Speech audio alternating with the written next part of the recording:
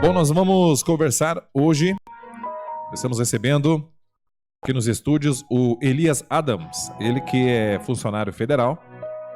E vamos conversar sobre um importante assunto que é a questão do suicídio. Na semana passada, na retrasada, nós relatamos, inclusive está no canal do YouTube, um cidadão aqui do município de 7 de setembro acabou tirando a sua própria vida. Em Giruá, infelizmente, no mês passado, no mês de setembro, que é um mês amarelo, também houve um suicídio aqui em Giruá. Então nós estamos recebendo aqui nos estúdios nosso amigo Elias Adams e vamos conversar então sobre esse importante assunto que é a questão aí do suicídio. Bom dia, Elias, seja bem-vindo aqui na nossa programação do Bom Dia Cidade. Bom dia. Bom dia, Márcio, bom dia, Gil. Pois é, Elias, você é um profundo pesquisador com relação a esse assunto aí do suicídio, né? E o que você poderia falar então para nós, para iniciarmos aí nosso bate-papo, nossa conversa de hoje, sobre a questão do suicídio? Então, o mês de setembro ele é dedicado como um mês para se fazer a prevenção ao suicídio, né? E em virtude da minha formação, né, eu tenho uma formação na área de psicologia, eu sou psicólogo, embora não atue na área, eu acabei me dedicando a estudar, né, a pesquisar muito desse tema, em função também um pouco daquilo que aconteceu dentro do Instituto, né? Nós tivemos 2 casos em 2016 e isso meio que nos impulsionou assim, a pesquisar e se dedicar a conhecer esse problema que assola a sociedade, né? Até para o Elias Adams, ele é funcionário público do Instituto Federal Farroupilha, né? De Isso, Santo Ângelo, né? isso. Aconteceu 2 casos lá em Santo Ângelo, é isso? Isso, aconteceram em 2016, se eu não me engano, 2 casos, né, de estudantes da instituição que acabaram cometendo suicídio, né? E muito em função disso, a gente acabou... o Setembro Amarelo tomou uma outra proporção, assim, dentro da instituição, né? Uma proporção, assim, de se dedicar a estudar esse tema e propor, não só dentro da instituição, mas propor à sociedade, à comunidade regional, uma espécie de um debate sobre isso, assim. A ideia é falar sobre esse tema e poder conhecer de que forma a gente pode evitar que essa tragédia assole mais famílias, né? Assole mais pessoas, né? Pois é, Elias, assim, o Gilmar Belmonte comentou aqui em off, ele questionou a questão assim, quando se fala às vezes do suicídio, será que não é muito perigoso quando se fala na questão do suicídio? Ele perguntando porque às vezes as pessoas ouvem aí, não, então agora eu vou praticar aí esse ato. Mas o suicídio, falar sobre esse tema, ajuda na prevenção? Com certeza, né? Na literatura existem basicamente 4 tipos de prevenção, né? Quando você fala em prevenção ao suicídio. Uma prevenção que seria uma prevenção universal, que se chama, né, que é a toda a sociedade para a gente poder conhecer um pouco esses sinais, né? Quando a gente está gripado, a gente sabe reconhecer esses sinais, né, a partir daqueles, né, reconhecer essa doença a partir dos sinais que aparecem, né? Então a gente sabe que dores de cabeça, dores no corpo, coriza, enfim, são alguns dos sinais relativos a uma gripe, né? E da mesma forma o suicídio, a gente precisa conhecer um pouco esses sinais, como que eles aparecem, para poder, né, fazer as intervenções, para poder buscar ajuda, né, para poder evitar que isso aconteça. Isso seria uma prevenção universal. Uma prevenção que eles chamam de seletiva seria para pessoas que já passaram pela experiência da tentativa, né? Então tu tem um foco diferente, né? Ela não é mais tanto em apresentar esses sinais, em conhecer esses sinais, mas ele é mais no sentido de, né, tentar dar uma sustentação para essa pessoa para que ela consiga, né, superar e sair desse quadro, né? E uma prevenção específica para pessoas que estão em situação de risco, né? Então pessoas que precisam ter o acompanhamento constante dos profissionais, né, seja ele psicólogo, enfermeiros, psiquiatras, médicos e afins, e ainda um que se chama de pós-venção, que é uma prevenção dedicada às pessoas que passam pela experiência, né? Familiares, né? Pessoas sobreviventes de tentativas, pessoas que lidam, que trabalham com essas cenas, né? Bombeiros, enfim, socorristas e afins. Então, seriam basicamente esses 4 tipos de prevenção. Sim. Né? E essa prevenção universal, que é basicamente o que a gente está fazendo aqui, que é falar sobre o tema numa rádio, né? Ela é fundamental para que as outras também, na sua especificidade, possam ter efeito. Né? Então, falar sobre o tema, ele vai fazer com que a sociedade possa um pouco conhecer sobre essa temática, para quem está em situação de risco, possa saber que existem meios de buscar ajuda e possam, né, a partir desse movimento de conhecer e buscar ajuda, né, na grande maioria dos casos, evitar que isso aconteça.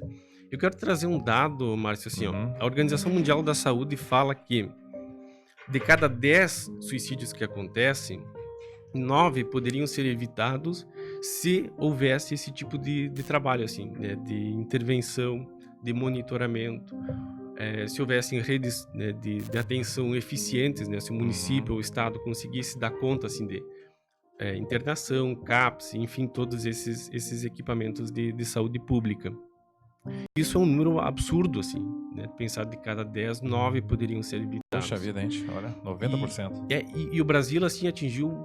Tem um número que ele cresce, que é o número de suicídios no país, ele cresce desde 86. Ele vem crescendo gradativamente. Nós atingimos, em 2018, a cifra de 12.400 suicídios no país. Meu Deus do céu. E isso é um número muito alto. É claro no Rio Grande do Sul, tem esses números? No Rio Grande do Sul? Eu tenho os números, eles são... Na verdade, o que a gente mais tende a olhar não é o número total, mas o que se chama de taxa média de morte por suicídio. Né? E essa taxa ela é calculada com base o número de suicídios em uma população de 100 mil habitantes. Que é basicamente as taxas de mortalidade de todas as doenças também se calcula dessa forma. Né? E o Brasil tem a taxa de 5,5, né? Que é uma taxa alta a nível de mundo. Mas o Rio Grande do Sul, eu até tenho os dados aqui, depois eu posso, se vocês quiserem, posso deixar aqui para vocês.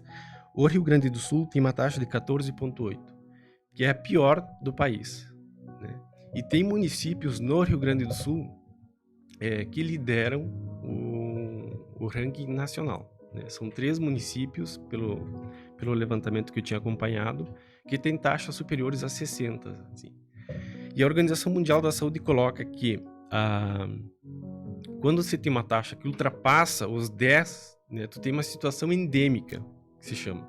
Situação endêmica é, né, uma situação que exige, né, do Estado algum tipo de trabalho e de intervenção para que esses números não piorem. O Giruá, a gente fez um levantamento pegando todos os municípios do Rio Grande do Sul e a gente fez um cálculo calculando essa taxa entre 2007 e 2017. Né? 10 anos, o prazo de um período de 10 anos. Isso, daí a gente pega a estimativa de população, né, faz os cálculos e a gente tem uma taxa aproximada, isso não é um número oficial, né, mas uma taxa aproximada de 13,7. Hoje é bem superior aí, ó. É um número alto, né, comparado à média nacional, que é de 5,5. E é um número alto também comparado à taxa do Estado, né, que é de 14. Assim. A gente fica atingindo basicamente a média do Estado. Bom, nessa pesquisa, Elias, vocês têm a questão aí, digamos, qual o motivo, digamos, que vem ocasionando aí a questão do suicídio? Vocês fazem esse estudo também, essas análises aí? Assim, ó, quando você fala sobre suicídio, a gente sempre tende a colocar ele como multifatorial. Né? Não é precisamente um fator que só vai determinar. E existem vários fatores. Né? Eu vou começar a enumerar eles porque é importante a gente falar um pouco sobre esses fatores para que pessoas que não conheçam da área de saúde mental, que nunca ouviram falar, né, disso, que a gente possa se tocar, né, de situações. Pô, o meu tio, o meu vizinho, né, tem alguns desses fatores e ele está começando a apresentar alguma coisa estranha. Né? Então, conhecer um pouco esses fatores é uma estratégia interessante e importante para a gente conseguir fazer, né, uma espécie de cuidado, assim, um monitoramento das pessoas próximas de nós. Né? Quando a gente fala em prevenção universal, é a grosso modo isso, assim, pessoas que não conhecem do campo da saúde mental, que elas possam identificar, né, reconhecer esses sinais e possam identificar e buscar ajuda, né, para essas situações, né. Alguns desses fatores, né, isso psiquiatras e pesquisadores têm apontado já há mais de 10 anos, assim, uma série de fatores, não são só esses, né, existem outros por aí, mas pessoas, por exemplo, para pegar quanto ao sexo, né? Os homens, eles cometem muito mais suicídio do que as mulheres, né? Então, ser homem adulto com idade mais avançada, Geralmente com mais idade, né? isso é um fator, né, de risco. Uhum. Na taxa brasileira, os homens estão com uma taxa superior a 9, né? E as mulheres têm uma taxa de 2, né? Então, isso mostra que os homens cometem 2, 3 vezes mais, né, do que as mulheres. Uhum. A idade, os mais jovens, eles fazem mais tentativas, né, e as pessoas com mais idade, mais idosos, a partir da casa dos 50, principalmente, né, elas acabam cometendo mais. Um fator que é importante a gente atentar, né, o histórico familiar. Pessoas, Uhum. então, que têm no seu histórico familiar, né, pessoas que cometeram suicídio, pessoas com transtornos mentais, Isso depressão. psicologicamente já também vem. Ah, se meu parente fez, eu também vou fazer. Como é que funciona? Na verdade não é bem assim determinístico, né? No Aham. sentido de, porque minha família teve, eu também vou ter. Mas o Uhum. fato de crescer num ambiente que é bastante depressivo, num ambiente que é bastante adoecido, né, favorece com que a pessoa também tenha esse tipo né, de fatores, assim, de adoecimento, né? Existem alguns casos, por exemplo, né, se eu tenho uma identificação com um familiar, né, com meu tio, com meu pai, enfim, alguma coisa assim, e ele acabou cometendo suicídio, né, isso pode me colocar, quando passo por uma crise ou passo por algum período muito turbulento, né, pode me colocar, bom, a pessoa fez isso, né, é um caminho para mim também. Ou seja, eu reconheço alguém como importante, eu tinha uma identificação com essa pessoa, né, acaba repetindo esse tipo de comportamento. Isso acontece, por exemplo, também no suicídio de pessoas famosas, né? A gente teve, por exemplo, o caso do Kurt Cobain, né, do Nirvana. Quando ele cometeu o suicídio, teve um aumento da taxa posterior à morte dele, né? E era um pouco isso, assim, as pessoas que se identificavam com ele como um artista, né, que visualizavam nele uma pessoa assim, um exemplo, né, pela fama, enfim, né, esses fãs que estavam num processo de sofrimento, né, acabaram também fazendo tentativas após a morte dele, né. Uma coisa assim, eu só mudando um pouquinho do foco, depois eu volto nesses fatores, Márcio. Quando a gente fala sobre, a gente diz assim, é melhor não falar sobre isso, tem uma ponta de verdade, e eu acredito que vocês, né, conheçam muito bem isso, que é a ideia de falar sobre método, né? Ou seja, a forma como a pessoa atentou contra a vida, né? Isso é uma coisa que não se pode falar e a gente sempre se orienta, né, que quem vai falar sobre o tema em qualquer espaço, que evite falar sobre o método, né? Porque esse é de fato um, um fator a ser evitado, né? Uma informação a ser evitada porque ela efetivamente pode favorecer uma tentativa, Até né? porque às vezes o pessoal comenta assim, ó, a pessoa se expressa assim, Elisa, eu vou me matar. Essa questão aí, às vezes as pessoas, aí o pessoal diz, não, mas quem fala não faz. Esse é um dos mitos, né? Depois eu vou comentar um pouquinho sobre isso. Esse é um dos mitos, assim, que o Setembro Amarelo traz, né? De que quem fica falando, né, acaba não fazendo, quando na verdade a pessoa que está nesse processo, eu chamo de processo porque não é um ato definitivo, assim, né? Ele é um ato construído ao longo de um tempo. Quem fala isso possivelmente está num dos, né, dos pontos desse percurso, né, e que ele pode chegar até o óbito, né? Então, as pessoas que acabam cometendo suicídio, geralmente elas dão ampla indicação né, de que elas estão nesse processo de sofrimento e que vão fazer isso aí. Bom, além do... Quais são os outros fatores também, Elias, que são determinantes aí para essa ação? Eles não são assim determinantes, né, Márcio? Eu costumo colocar que são fatores predisponentes, né? A literatura fala justamente isso. É uma predisposição. E soma também, talvez, vários e que acaba ocasionando também. Isso, né? Não é um fator, né? Eles são um conjunto de fatores, geralmente estão ligados também a eventos. A literatura fala em eventos predisponentes, ou seja, uma predisposição, né? E fatores precipitantes, ou seja, um evento, algum acontecimento, né, que vai favorecer ou influenciar numa tentativa, né?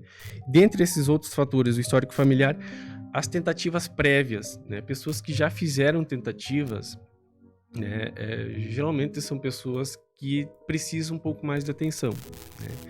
E eu quero chamar muita atenção para essa história de tentativas prévias por duas variáveis, né? A primeira variável é a variável tempo. Quando que foi essa tentativa? E eu costumo dar um exemplo assim. Se o Elias fez uma tentativa semana passada, ou ontem, ou há 2 dias atrás, tu tem um intervalo de tempo muito curto, né? Ou seja, toda aquela angústia, todo aquele mal-estar, toda aquela situação, né, ela de algum modo ainda está presente.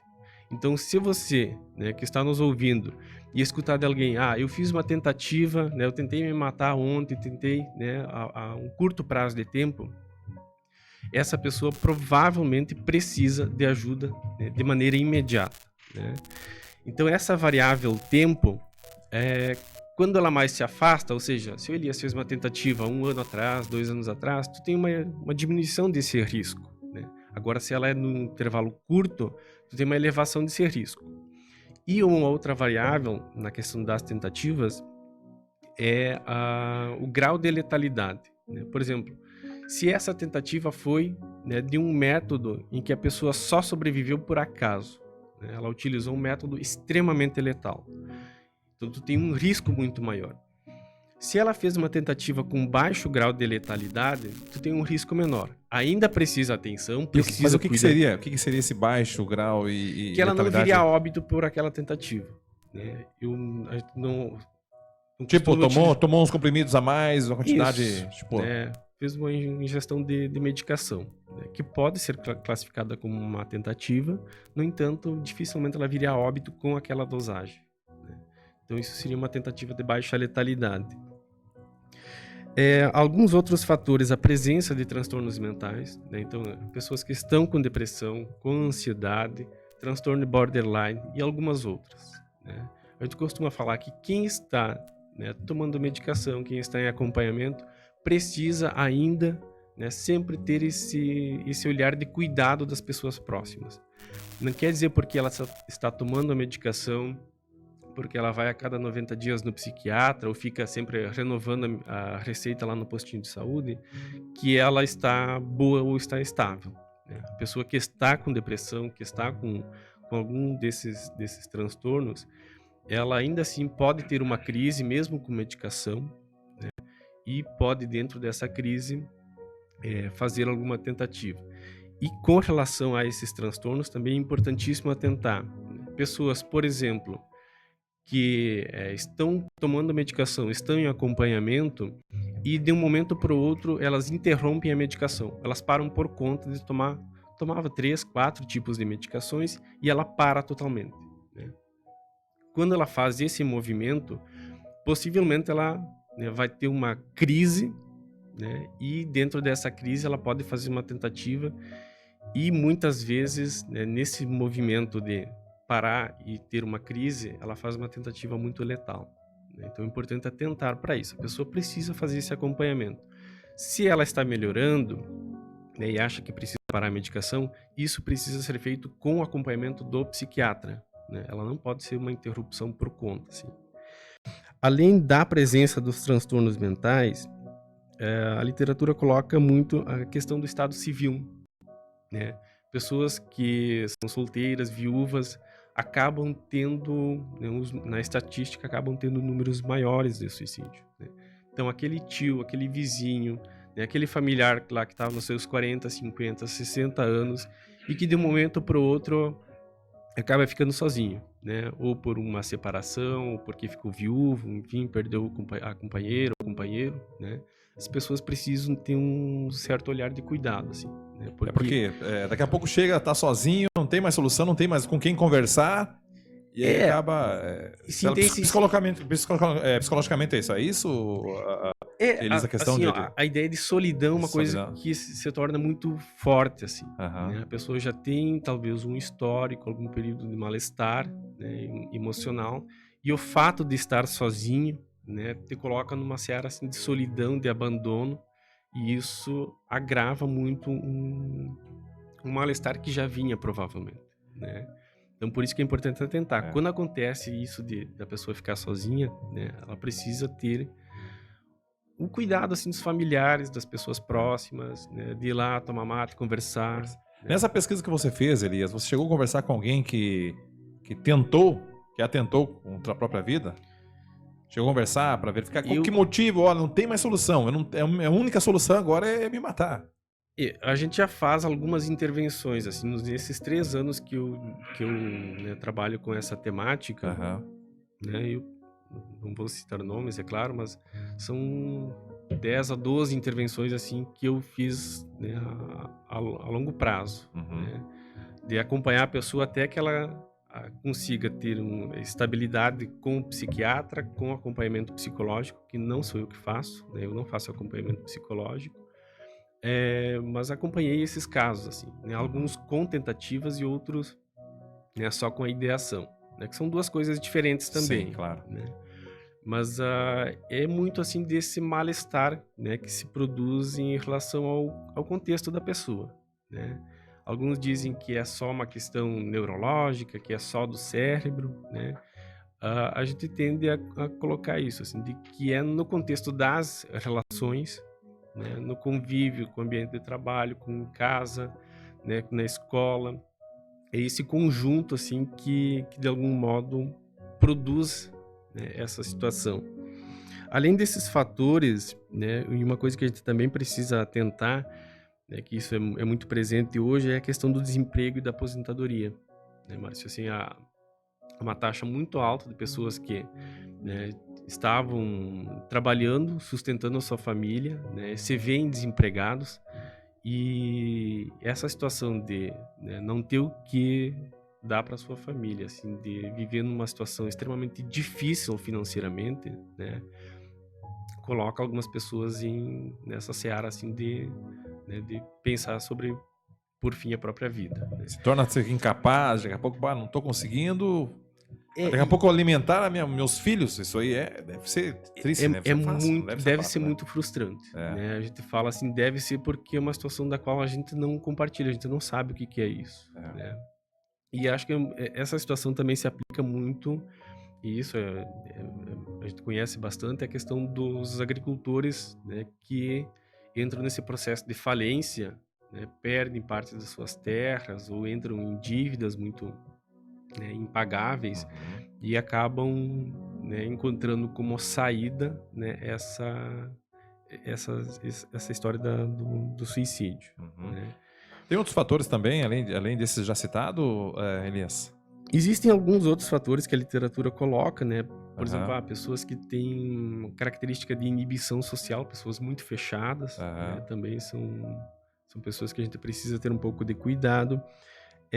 Pertencer a uma minoria étnica, os autores colocam principalmente a população indígena, né, que hoje tem taxas assim absurdas de suicídio, né, em função do contexto cultural, enfim, e pertencer a uma minoria sexual também, que fala, né, na população LGBT, esses números também são muito altos, né, em função né, muito da discriminação e do conflito familiar que se produz, né, nesses contextos. Além desses fatores predisponentes, a gente fala naqueles fatores precipitantes, ou seja, um evento. Né? E nesse evento entram N coisas. Né? Mas o que a gente costuma colocar assim? Por exemplo, o processo de separação, né? Uma ruptura nesse relacionamento. Pessoas que estão há 10, 15, 20 anos, né, casados num relacionamento e de um momento para o outro, né, acaba acontecendo essa ruptura, né, seja por óbito, por uma separação mesmo. E quem passa por esse processo, né, especialmente nesses períodos mais longos, pessoas com mais idade, né, precisam ter esse cuidado. Então, esse evento da separação, né, exige que as pessoas próximas, familiares, amigos, né, tentem se aproximar, né, e estabelecer um ponto de comunicação, justamente para que aquele sentimento de solidão ele não se acentue, assim, não se torne tão presente, né? Uma rejeição afetiva ou social, né, existem situações em que, né, a pessoa, enfim, tinha uma determinada expectativa, né, isso acontece com, por exemplo, eu esperava estar aos 20 anos, eu aceito uma. Obrigado. A pessoa esperava, né, estar aos 20, 25 anos lá no topo do mercado de trabalho, né, quando na realidade a gente tem, né, todo um percurso a seguir, né, todo né, uma trajetória a fazer até conseguir galgar algumas coisas, né? Então esse fato assim de não ter conseguido atingir a meta, não conseguir avançar, não chegar até lá, aquele sentimento, sabe, de estar estagnado na vida, assim, de que eu não consigo avançar para lugar nenhum, né? E quando a pessoa se dá conta disso, ou acontece um evento, por exemplo, não passei no vestibular de medicina que eu queria, né? Acaba o mundo de algumas pessoas, né? Porque alimentou durante anos essa expectativa, batalhou muito para isso, e o fato, esse evento de não conseguir... frustração, digamos, né? É uma frustração grande, assim, né? Sim. A modificação da situação financeira ou familiar, né? Um pouco isso que a gente falava, processo de falência, né? E não só do ponto de vista financeiro, né? Às vezes existem situações assim que a pessoa estava totalmente tranquila financeiramente, né? Mas acontece alguma outra coisa, algum outro evento assim que machuca muito ela, né? E eu costumo citar nessa situação o exemplo do que aconteceu com o reitor da Universidade Federal de Santa Catarina, né, o Cancelliere, que passou por um episódio extremamente constrangedor, né, e não conseguiu suportar isso, né, e acabou cometendo suicídio. Bom, estamos conversando então com Elias Adams sobre esse importante assunto, a questão do suicídio, né? Falar sobre esse tema, então, com certeza ajuda aí na prevenção. Bom, Elias, digamos que alguém que esteja nos escutando, daqui a pouco já passou pela sua cabeça a questão, digamos, de atentar sobre a sua própria vida. Qual é a orientação que você passa para essa pessoa que está nos ouvindo agora? O ideal, né?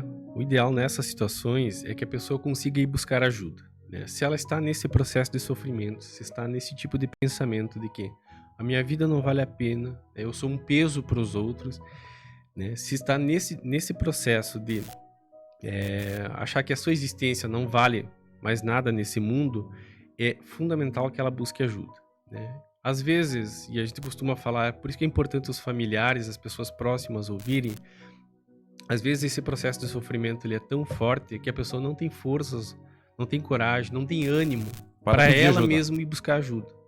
Por isso que é importante a gente conseguir, né, perceber esses sinais nas pessoas próximas de nós, né, nos nossos familiares. E elas tomarem uma posição muito ativa em relação a isso, né? Ativa no sentido de, não se trata de dizer, Márcio, tu tem que ir lá buscar ajuda, tu tem que ir lá marcar com um psiquiatra, tu tem que ir, ir lá consultar com um psicólogo, né? Trata-se muito mais da pessoa assumir uma posição ativa e dizer, eu vou junto contigo, vamos lá, né? Eu vou junto contigo, vou marcar uma consulta para ti, eu te acompanho, né? Eu te levo lá. Então esse movimento de ter uma postura ativa, né, pode ser fundamental, mas para quem está nesse processo de sofrimento, né, é fundamental buscar ajuda. Financeiramente, né, eu sei que existem alguns impedimentos, né, especialmente para famílias com uma renda menor, né, nem sempre é tão fácil conseguir uma consulta com um psiquiatra, com um psicólogo. Né? Nesse sentido, a gente sempre orienta que busquem a ajuda no posto de saúde, né, que é a porta de entrada para o Sistema Único de Saúde e que, a grosso modo, é o local, né, é a rede que dá conta disso, assim, que tenta atender essa demanda. Né? E é importante que se faça esse movimento, né? Existem limitações, existem problemas em toda a rede pública de saúde, mas hoje ela é decisiva, né, para que essas situações sejam encaminhadas e sejam acompanhadas. Eu só queria finalizar sobre esses fatores, Márcio, né, que seria um pouco esses eventos, porque tem um deles que é extremamente importante, que é a presença de um diagnóstico grave. Por exemplo, né, meu tio, meu vizinho, né, um familiar, uma pessoa que eu conheço, recebeu um diagnóstico grave, vai precisar de uma cirurgia cardíaca, né?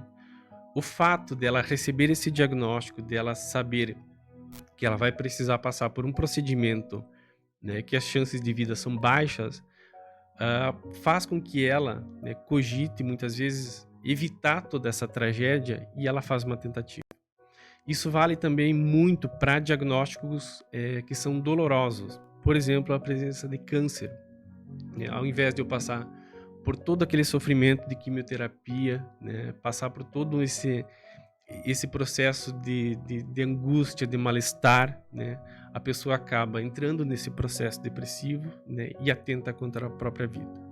Então, se você que está nos ouvindo, né, souber de alguém, né, um familiar, alguém próximo, que recebeu algum tipo de diagnóstico, né, de uma doença, de um problema de saúde, né, é importante ir lá conversar.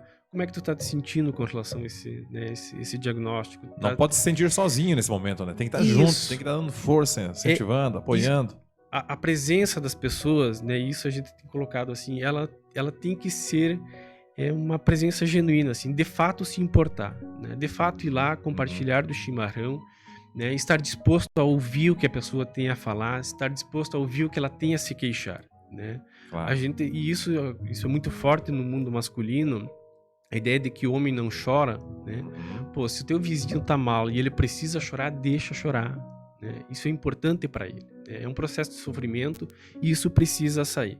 Não é por acaso que as taxas de suicídio masculinas são muito maiores do que as femininas, né? E é basicamente por esses fatores, assim. A ideia de que, né, os homens não buscam ajuda, né? Eles não aceitam de que eles precisam de ajuda, de que eles estão mal, né? A ideia de que os homens não têm muita sensibilidade, né, para isso, assim, de que poder escutar o seu amigo, poder escutar o seu companheiro, poder, né, essa sensibilidade, assim, e além do fato também de utilizar métodos mais letais, né, isso faz com que as taxas masculinas sejam tão altas. Então aí, você que está nos ouvindo aí, ó, nós só queremos passar a seguinte mensagem. Tá enfrentando algum problema, tá enfrentando alguma dificuldade, você é muito importante, então você tem uma meta, você tem uma função neste mundo, então, e Deus te deu a vida, tem tantas pessoas batalhando contra doenças, querendo viver, né, Elias? Tanta gente batalhando, eu quero viver, e infelizmente é a realidade, acontecem fatos que as pessoas vão lá e tiram a sua própria vida. Não faça isso, você é importante. Dívida se paga, as coisas ruins passam e vão vir coisas boas para a sua vida. Então, não atente contra a sua vida. Bom, quero agradecer o Elias, esse importante assunto que nós trouxemos aqui para os nossos ouvintes aqui da Rádio Alternativa. Com certeza você vai continuar nesse teu trabalho de pesquisa, né, Elias? Isso, a gente se dedica assim, a estudar isso, né, porque é uma coisa que vem não só por causa dos números, né, mas porque a gente tem uma espécie de uma responsabilidade com relação a isso, né? A gente precisa falar sobre isso. Há dias atrás, alguém me perguntou: Elias, tu acha adequado a gente fazer esse tipo de movimento, assim, de falar sobre esse tema? Eu digo, eu acho fundamental isso, né? A ideia de que a gente possa, né, perceber um pouco, né, nas pessoas próximas de nós é uma das tarefas fundamentais do Setembro Amarelo, né? A ideia de que a gente possa, né, conhecer um pouco esses sinais. Eu não sei como é que a gente está em questão de tempo, Márcio. Está quase estourando, né? Porque, na verdade, a gente falou sobre esses fatores e eu queria mencionar, talvez, rapidamente um pouco desses sinais. Não sei se... Pode ser. Temos mais uns 3 minutinhos. Tá. Assim, ó, a gente fala desses fatores, mas não são só eles, né? Existem alguns sinais que a gente consegue perceber nas pessoas próximas de nós, né? Esses sinais são... alguns deles, né, mudança alimentar ou de sono, né, a pessoa modifica isso, assim, né? A mudança de personalidade. O Elias era uma pessoa tranquila, super de boas, né, e de um momento para o outro ele se torna uma pessoa agressiva, briguenta. Fechada. Essa mudança, né, quando há uma mudança de personalidade muito forte, a gente precisa tentar por que isso aconteceu, né? alguém que fala abertamente, eu vou me matar. Né? Quando alguém fala isso não é aleatório, isso não é por acaso. Né? A gente precisa atentar para isso. Alguém que fez uma tentativa e as pessoas dizem, ela tá só querendo chamar a atenção. Né? E eu costumo frisar muito isso, assim. Né? Se alguém está querendo chamar a atenção e se você não der isso para ela, talvez ela se mate e você vai ter que conviver com isso. Né? E isso é muito forte, ter que falar isso, mas é necessário para que a gente entenda que a tentativa ela é um processo circular e se a pessoa sair desse processo, né, ela pode aperfeiçoar o método e fazer um suicídio. Né? Então, alguém que fez uma tentativa, alguém que está querendo chamar a atenção, precisa receber atenção, precisa receber cuidados. Né? E é importante que a gente também saiba que, para além de profissionais, né, tem pessoas dentro da nossa comunidade que são muito acolhedoras. Né? A gente costuma falar que é uma rede de apoio. Né? Não é só o psiquiatra, não é só o psicólogo, é aquela pessoa que eu gosto, que eu tenho afinidade, é o padre, é o pastor, né? É essa pessoa religiosa, é o grupo lá do time de futebol, né? É a sociedade de um modo, né, como um todo, que precisa, de algum modo, poder acolher as pessoas em sofrimento. Né? Eu acho que é isso que a gente precisa, muito mais do que falar para as pessoas em sofrimento, a gente precisa falar também para as pessoas de modo geral, para as pessoas que não estão em processo de sofrimento, para que elas possam ajudar, para que elas possam acolher, para que elas possam melhorar, talvez, né, o dia de alguém que está nesse processo de sofrimento. Tá? Márcio, não sei, a gente estourou o tempo, obrigado pelo espaço. Né? Eu já tinha tentado contato com outros locais e você foi o primeiro, né, a se dispor a falar um pouco sobre esse tema. E depois eu até posso deixar meu contato aí, caso alguém, né, entre em contato com a rádio também tendo alguma dúvida, querendo conversar sobre alguma situação, né, pode passar meu contato e a gente, né, eu posso acompanhar algumas... Quer colocar disponível o contato para todo mundo? Pode ser? Ou tu quer colocar mais definido aqui? Isso, tá. Depois, caso alguém entre em contato com vocês, né, vocês têm meu número aqui e a gente pode... Como eu disse, eu não faço atendimento, claro, né? Mas, eu tenho uma dúvida, aconteceu uma situação assim, o que tu acha, Elias? Bom, vamos conversar, ver um pouco esses fatores, vamos ver, né, quais são os outros sinais. Faz orientações, pode orientar isso, qual caminho deve seguir. Né? Isso, né, a gente dá algumas direções, né? Às vezes a gente fica meio perdido quando acontece algum episódio, algum evento, né? Então é importante a gente ter um pouco um norte, uma direção, assim. Muito bem, agradecemos então a presença aí do Elias Adams. É importante assunto falar então sobre a questão aí do suicídio. Daqui a pouquinho você que está chegando agora vai estar lá no YouTube, tá? Você pode rever então esse nosso bate-papo sobre essa questão importante sobre suicídio não. Já voltamos.